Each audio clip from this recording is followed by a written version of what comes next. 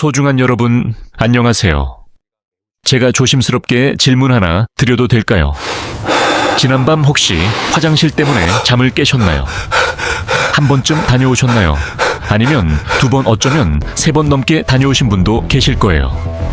새벽 2시경 갑자기 신호가 와서 놀라진 않으셨나요? 아랫배가 불편해지면서 저절로 눈이 떠지곤 하죠. 이 시간에 또 가야 하는구나 하는 생각에 몸을 일으키게 됩니다. 몸이 천근만은 무겁게 느껴지실 거예요. 깜깜한 복도를 지나서 조심스럽게 발걸음을 옮겨 화장실을 다녀오시죠. 다시 잠자리에 누워도 잠이 쉽게 오지 않을 때가 많아요. 한참을 뒤척인 끝에 겨우 잠이 들만하면 어느새 새벽이 찾아옵니다. 새벽 4시 무렵 또다시 잠에서 깨게 되는 거죠.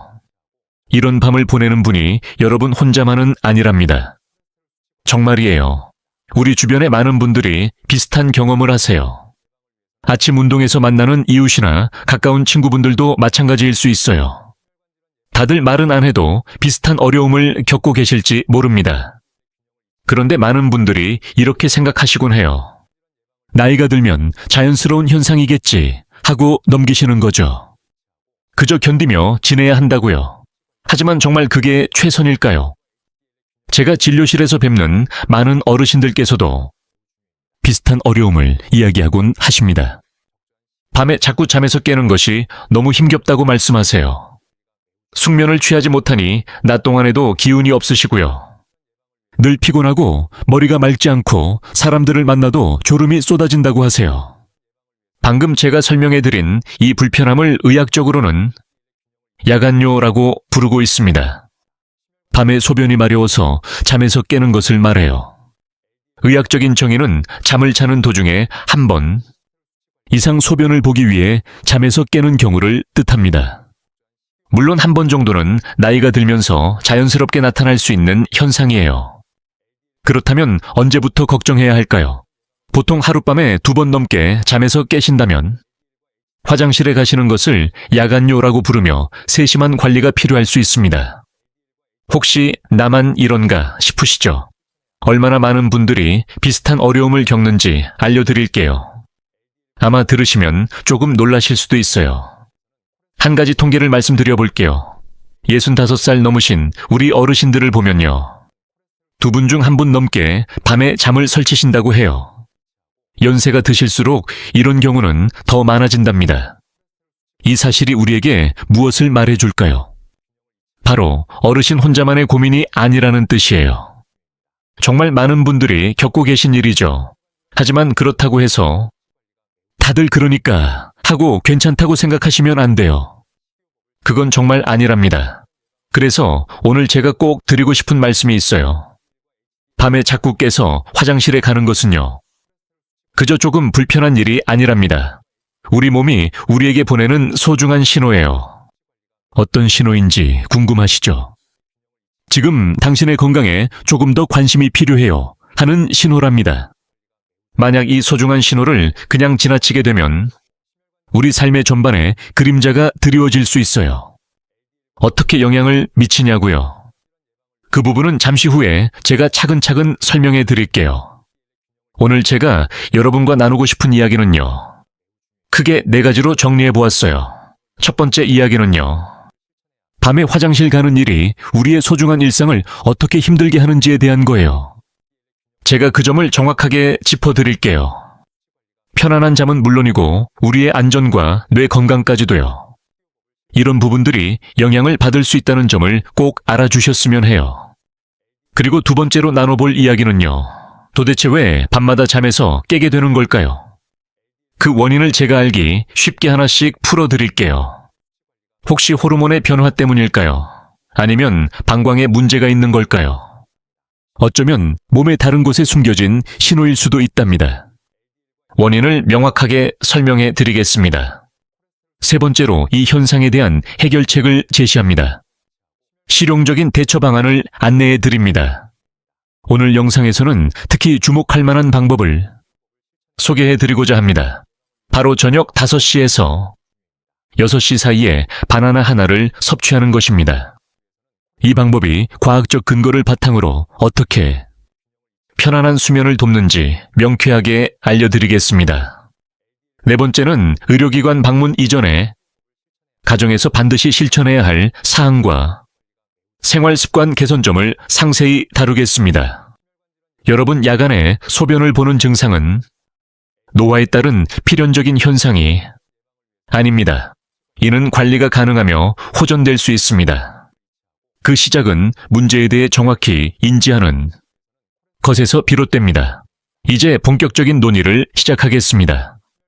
우선 야간뇨가 우리 일상에 어떤 부정적인 영향을 미치는지부터 명확히 살펴보겠습니다. 이 점을 인지하셔야 제가 제시할 해결 방안의 중요성을 온전히 이해하실 수 있습니다. 그렇다면 야간뇨가 구체적으로 우리 삶에 어떤 영향을 미치는지 세부적으로 검토해 보겠습니다. 첫째, 수면의 질이 현저히 저하됩니다.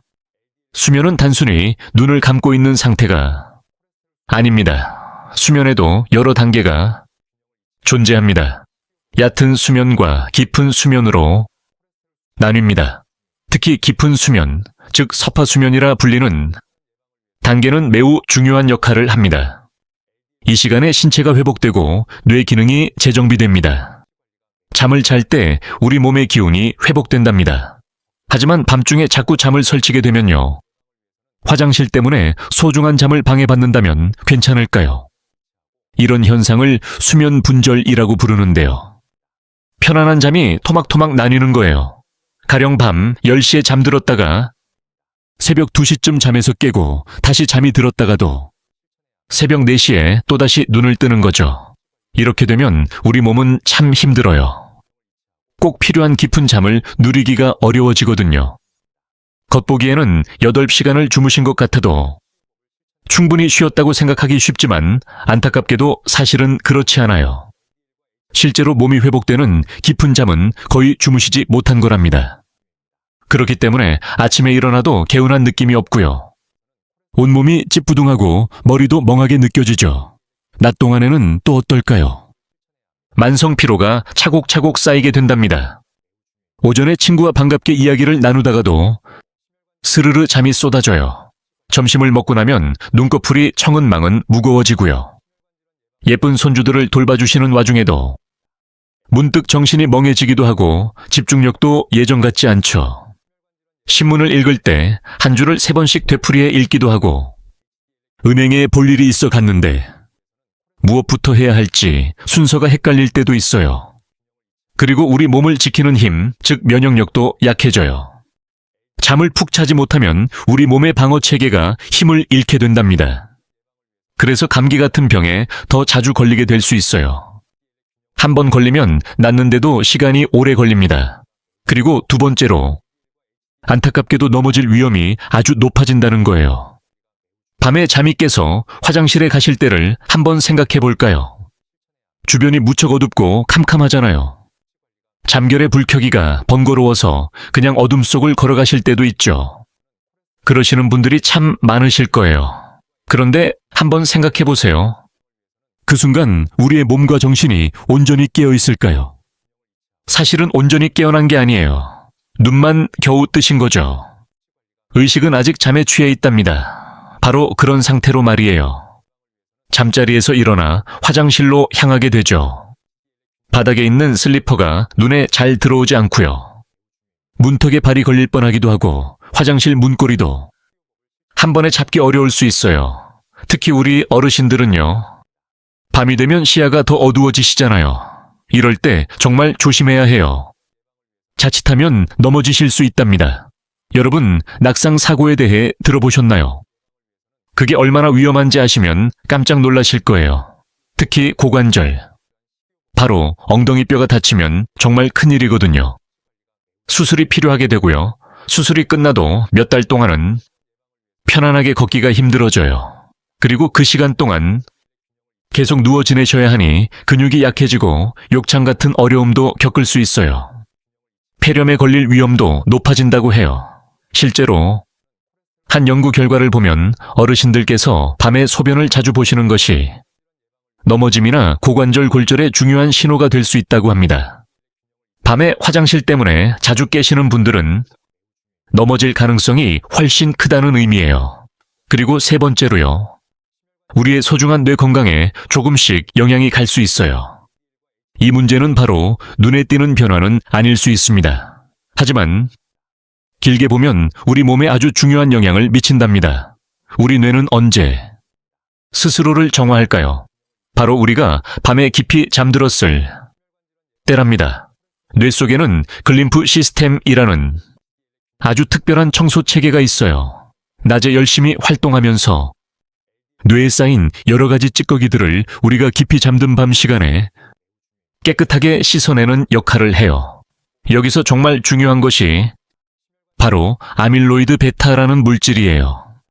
이것이 뇌에 계속 쌓이면 치매의 원인이 될 수 있거든요. 알츠하이머병을 앓는 분들의 뇌를 살펴보면 바로 이 물질이 덩어리처럼 뭉쳐서 쌓여 있는 것을 볼 수 있어요. 평상시 숙면 중에는 이러한 과정이 진행됩니다. 뇌가 스스로 정화 활동을 하여 문제가 발생하지 않습니다. 하지만 야간요로 인해 수면의 질이 저하된다면 어떨까요? 뇌를 깨끗하게 하는 기능이 원활히 작동하지 않게 됩니다. 그 결과 유해한 노폐물이 점차 축적되기 시작합니다. 하루나 이틀 정도는 큰 문제가 되지 않을 수 있습니다. 그러나 수개월, 수년 혹은 10년 이상 지속되면 다릅니다. 노폐물이 점진적으로 쌓여 기억력 감퇴로 이어집니다. 예를 들어 어제 식사 메뉴나 안경을 둔 곳을 잊게 됩니다. 심한 경우 손주의 이름조차 혼동하기도 합니다. 처음에는 이를 단순한 노화 현상으로 여길 수 있습니다. 하지만 증상이 심해지면 경도인지 장애로 이어질 수 있습니다. 이는 결국 치매 발병 가능성을 높이는 요인이 됩니다. 넷째 삶의 질이 전반적으로 하락하게 됩니다. 감정적으로도 부정적인 영향을 받습니다. 쉽게 짜증을 내고 우울해지며 대인관계를 피하게 됩니다. 활동적이던 분들조차 외출을 삼가고 집에만 머물게 됩니다. 사회적 모임 참여도 줄어들게 됩니다. 피로감 때문에 식욕 또한 감퇴합니다. 식사가 번거롭게 느껴져 영양 불균형이 초래됩니다. 이로 인해 체력과 면역력이 동시에 저하됩니다. 이는 질병에 쉽게 노출되게 하고 가족 관계에도 악영향을 줍니다. 지속적인 피로와 예민함이 그 원인입니다. 배우자나 자녀와 사소한 일로 갈등을 겪기 쉽습니다. 이처럼 다양한 문제가 발생합니다. 지금까지 설명드린 내용을 종합해 보겠습니다. 야간요는 그저 밤에 잠을 깨는 현상이 아닙니다. 화장실을 자주 가는 불편함을 넘어선 문제입니다. 이는 수면 안전, 뇌 건강을 비롯하여 삶의 질 전반을 위협하는 중대한 건강 문제입니다. 그렇다면 이제 가장 중요한 질문을 던져야 할 때입니다. 유독 밤 시간에만 화장실 신호가 오는 이유가 뭘까요? 그 궁금증에 대해 지금부터 차근차근 제가 친절하게 설명해 드릴게요. 낮 동안에는 별일 없다가 어째서 잠든 밤에만 화장실을 자꾸 찾게 되는 걸까요? 그 원인을 하나씩 알기 쉽게 알려드릴게요. 첫 번째 원인은요, 우리 몸의 호르몬 변화 때문이랍니다. 우리 몸속엔 바소프레신이라는 고마운 호르몬이 있어요. 다른 이름은 항긴요 호르몬인데요. 이 친구가 콩팥에게 신호를 보내요. 소변을 조금만 만들자 하고요. 건강할 때는 밤이 되면 이 호르몬이 더 많이 나온답니다. 덕분에 콩팥이 밤에는 소변을 덜 만들게 되죠. 그래서 우리가 밤에 깨지 않고 푹 잘 수 있는 거랍니다. 하지만 세월이 흐르면서 변화가 생겨요. 밤에 나와야 할 호르몬의 분비량이 줄어들게 돼요. 나처럼 밤에도 바소프레신이 부족해지는 거죠. 그러면 콩팥은 지금이 밤인지 낮인지 헷갈리게 돼요. 그래서 쉬어야 할 밤에도 계속 소변을 만들게 된답니다. 이걸 야간 단요라고 불러요. 밤 시간에 소변이 많이 생기는 증상이죠. 하루 전체 소변량 중에서 3분의 1 넘게 밤에 만들어진다면 야간 단요일 수 있어요. 그리고 두 번째 원인은요, 방광의 노화랍니다. 방광은 소변을 모아두는 소중한 주머니예요. 젊고 건강할 때는 신축성이 좋아서 400에서 500cc까지도 거뜬히 담을 수 있었죠. 하지만 나이가 들면서 방광의 근육이 점점 굳어지게 돼요. 오래된 고무풍선처럼요. 방광이 굳어지는 것과 같아요. 그럼 어떤 일이 생길까요? 소변이 200에서 300cc 정도만 모여도요, 방광이 금세 가득 찬 느낌이 들어요. 그리고 뇌에게 알려주게 되죠. 이제 화장실에 가야 해요 하고요. 이런 증상을 과민성 방광이라고 불러요. 여기서 증상이 더 심해지는 분들도 계세요. 방광의 근육이 마음대로 오그라드는 거예요. 제 의지와는 상관없이 방광이 조여오면서 소변이 보고 싶다는 느낌을 받게 된답니다. 남성 어르신들의 경우에는요. 여기에 또 다른 이유가 더해지기도 해요. 바로 전립선입니다. 전립선은 방광 바로 아래에 있는 호두알 만한 작은 기관인데 연세가 드실수록 조금씩 커지곤 해요. 이것을 전립선 비대증이라고 부르죠. 전립선이 부풀어 오르면 소변이 나오는 길을 누르게 돼요. 그렇게 되면 소변이 시원하게 나오지 않게 됩니다. 화장실에 다녀오신 후에도 방광에 소변이 다 비워지지 않고 남게 되죠. 이것을 잔뇨라고 부른답니다. 그래서 얼마 안 가서 또 화장실에 가고 싶어지는 거예요. 세 번째 원인은 낮 동안의 붓기입니다. 이 붓기가 밤에는 소변으로 바뀌어요. 우리 몸이 참 신비롭죠. 이런 원리랍니다. 혹시 낮에 오랫동안 서 계시거나 앉아 계시면 다리가 붓는 걸 느끼실 거예요. 양말 자국이 진하게 남기도 하고 신발이 답답하게 느껴지기도 하죠. 이런 증상은 왜 나타나는 걸까요? 바로 중력의 영향이에요. 낮 시간 동안 서 있거나 앉아 있으면 우리 몸의 피 속에 있는 수분이 중력에 이끌려 몸 아래쪽, 즉 다리로 향하게 돼요. 그렇게 다리 쪽에 수분이 모이게 되는 거죠. 이것이 바로 부종 또는 붓기랍니다. 그런데 주무시려고 밤에 자리에 누우시면 상황이 달라져요. 중력의 힘에서 자유로워지거든요. 다리에 모여있던 수분이 다시 우리 몸의 혈관으로 스며들게 됩니다. 그렇게 돌아온 수분은 심장을 거쳐 콩팥으로 이동하게 돼요. 콩팥은 신장의 입장에서 보면 관리해야 할 수분량이 갑자기 증가하는 것입니다. 이런 상황이 발생하면 신체는 어떻게 반응할까요? 신장은 본래 소변을 생성하여 배출하는 역할을 합니다. 그 결과로 야간에 더 많은 소변이 생성됩니다. 이것이 야간 소변량 증가의 원인입니다. 특히 심장 기능이 저하되었거나 신장 기능이 약한 분들의 경우 또는 하지 순환이 원활하지 않은 분들은 이 증상이 더욱 두드러집니다. 네 번째 원인은 잘못된 신호입니다. 만약 비뇨기과 처방약으로도 야간뇨 증세가 호전되지 않는다면 다른 원인을 의심해 볼 필요가 있습니다. 바로 수면 무호흡증이 그 원인일 수 있습니다. 수면 무호흡증이란 수면 중 호흡이 반복적으로 멈추는 질환을 말합니다. 증상으로는 심한 코골이가 나타나다가 갑자기 조용해지는 현상이 있습니다. 이때 10 최소 20 초가량 호흡이 정지됩니다. 이후 컥하는 소리와 함께 호흡을 다시 시작하는 것입니다. 그렇다면 이 증상과 야간뇨는 어떤 연관이 있을까요? 호흡이 멈추면 흉곽 내 압력이 상승하게 됩니다. 이 압력으로 심장이 눌리면서 상황을 오인하게 됩니다. 심장은 체내의 수분이 과도하다고 잘못 판단합니다. 그 결과 AMP, ANP라는 호르몬을 분비하기 시작합니다. 이 호르몬은 신장에 특정 신호를 보냅니다. 체내 수분을 배출하기 위해 소변 생성을 늘리라는 지시입니다. 결국 신장은 밤 동안 계속해서 소변을 생성하게 됩니다. 이것이 바로 야간뇨를 유발하는 과정입니다. 자가 진단을 위한 확인 목록을 알려드리겠습니다. 코골이가 심하십니까? 또는 낮 시간에 졸음이 많이 오나요? 아침에 일어났을 때 두통을 느끼는 경우가 있습니까? 충분히 잠을 자도 피로감이 남아 있습니까? 이러한 증상과 함께 야간뇨가 동반된다면 수면 무호흡증일 가능성을 고려해야 합니다. 비뇨기과보다는 수면 클리닉 방문을 고려해 보세요. 그곳에서 수면 다원 검사를 받아보시는 거예요. 양압기 치료를 꾸준히 받으시면 밤에 깨는 횟수가 눈에 띄게 줄어드는 경우가 정말 많답니다. 5번째 원인, 어쩌면 약 때문일 수도 있어요.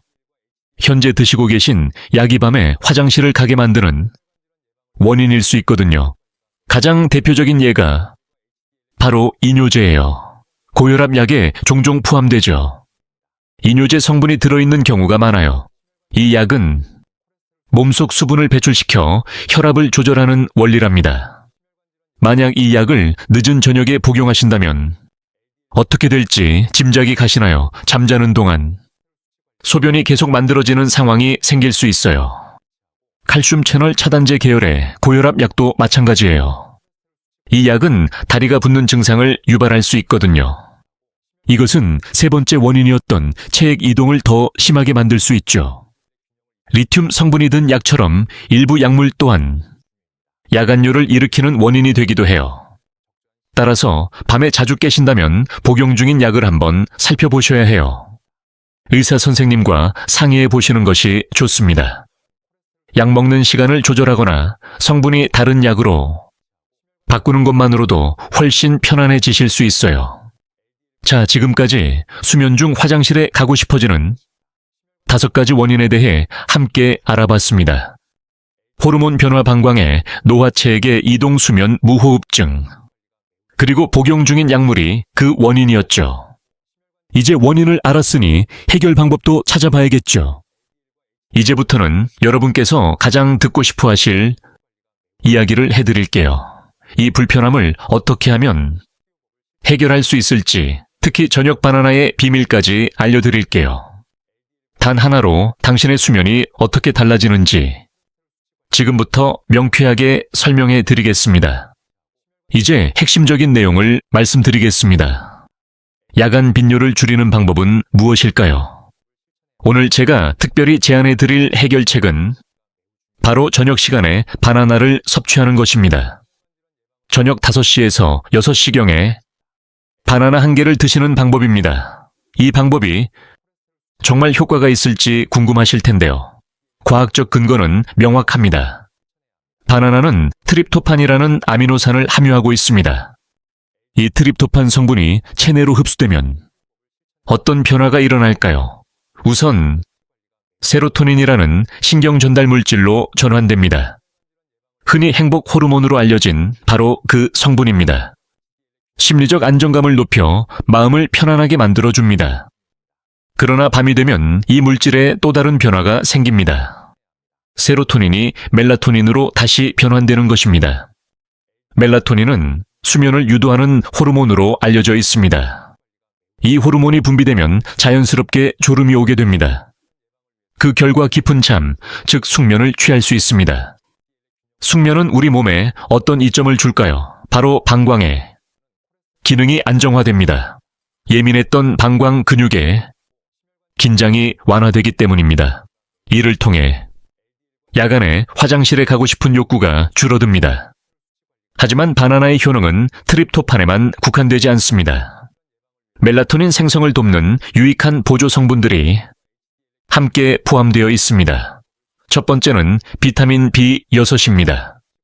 이 성분은 트립토판이 세로토닌으로, 그리고 세로토닌이 멜라토닌으로 전환되는 생화학적 과정에 반드시 필요합니다. 이 과정에서 핵심적인 조효수 역할을 수행합니다. 마치 든든한 조력자와 같아요. 이 성분이 부족하면 멜라토닌이 원활하게 생성되기 어렵답니다. 둘째는 천연 당분인데요. 바로 바나나에 들어있죠. 이 자연스러운 단맛이 아주 중요한 역할을 해요. 우리 몸에서 인슐린이 나오도록 돕거든요. 인슐린 덕분에 트립토판이 다른 아미노산들을 제치고 뇌로 수월하게 들어갈 수 있게 돼요. 우리 혈액과 뇌 사이에는 보이지 않는 벽이 있는데요. 트립토판이 그 벽을 잘 통과할 수 있도록 이끌어주는 거랍니다. 셋째는 마그네슘과 칼륨이에요. 이 두 성분은 천연 이완제라고도 불린답니다. 우리의 신경을 차분하게 해주고 뭉친 근육을 부드럽게 풀어주는 고마운 역할을 하죠. 방광도 근육이거든요. 이 근육이 예민하게 반응하지 않도록 막아준답니다. 주무시다가 다리에 쥐가 나거나 저리는 분들 계시죠? 그런 분들에게도 마그네슘과 칼륨이 큰 도움을 드릴 수 있어요. 그럼 이 바나나는 언제쯤 먹는 것이 가장 좋을까요? 이 점이 참 중요해요. 저녁 5시에서 6시 사이가 황금 시간이랍니다. 왜 이 시간이 가장 좋을까요? 트립토판 성분이 멜라토닌으로 바뀌는데 보통 2시간에서 3시간 정도 걸리기 때문이에요. 만약 밤 9시나 10시쯤 잠자리에 드신다면 그 시간에 맞춰 멜라토닌이 제 역할을 해야겠죠. 시간을 계산해보면 저녁 5시에서 6시가 가장 알맞은 때인 거죠. 잠들기 바로 전에 먹는 건 괜찮을까요? 아쉽지만 그건 권해드리지 않아요. 당분과 비타민 B 6성분이 사람에 따라서는 오히려 정신을 깨우는 작용을 할 수도 있거든요. 잠들기가 더 힘들어질 수 있어요. 그리고 소화에도 부담을 줄 수 있답니다.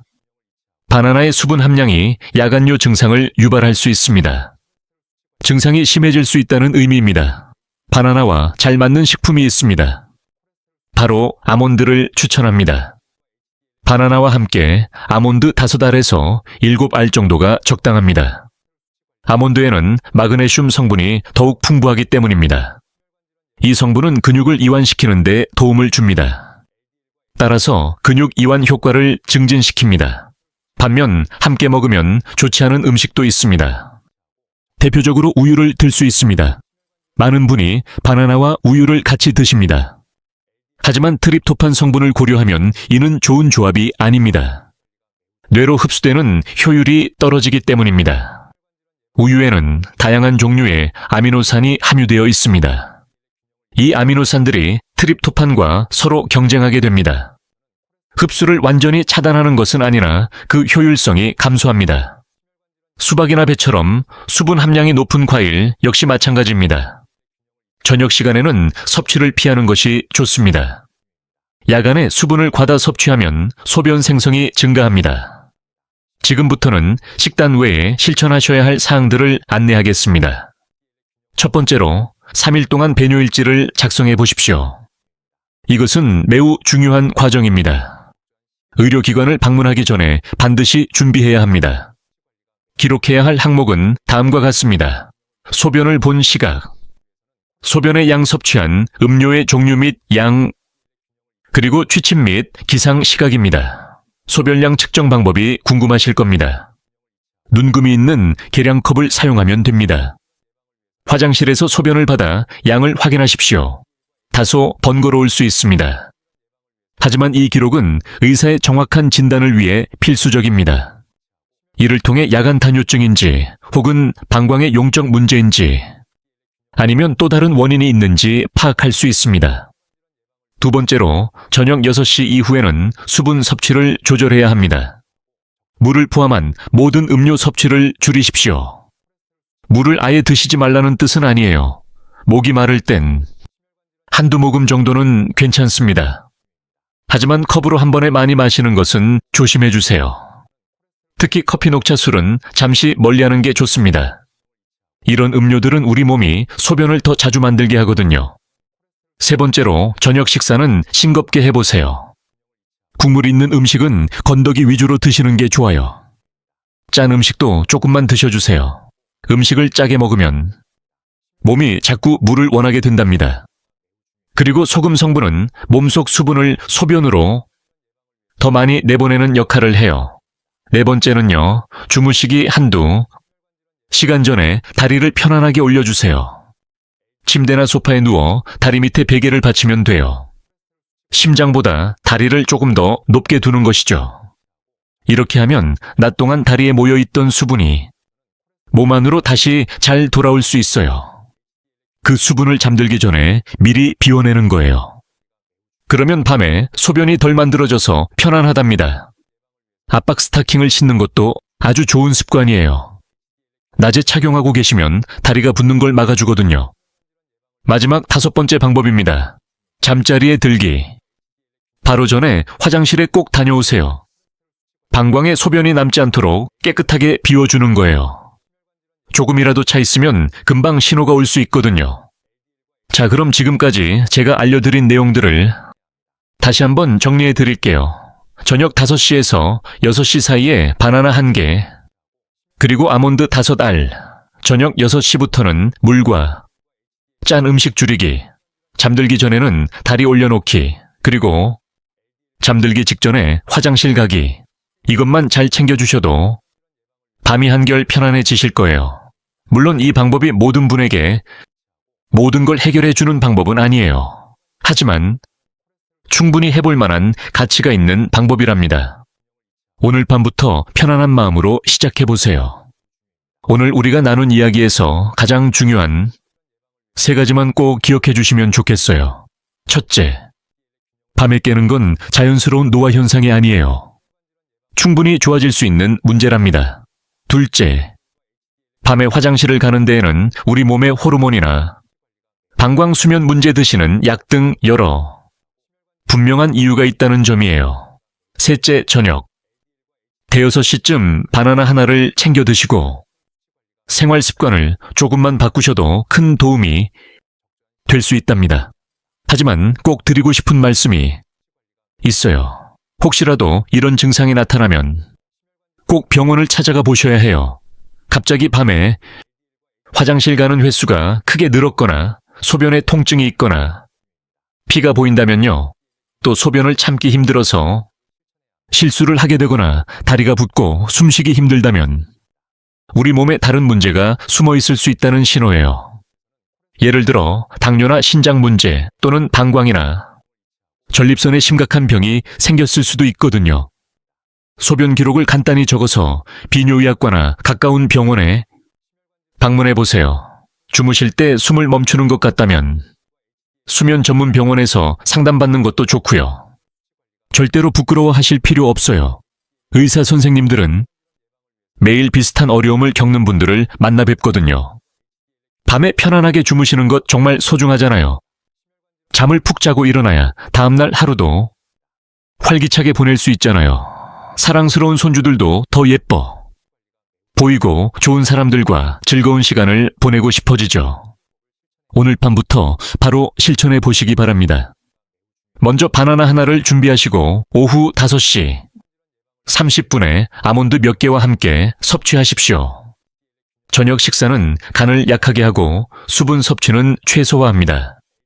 잠들기 전 다리를 심장보다 높게 두고 휴식을 취하십시오.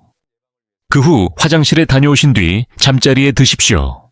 일주일 동안 이 방법을 시도하면 긍정적인 차이를 경험하게 될 것입니다. 그리고 그 경험은 당신의 일상에 활력을 더할 것입니다. 이 작은 실천이 점진적으로 삶의 질을 향상시킬 것입니다. 모든 분께서 오늘 밤은 숙면하시기를 기원합니다. 늘 건강하시기 바랍니다.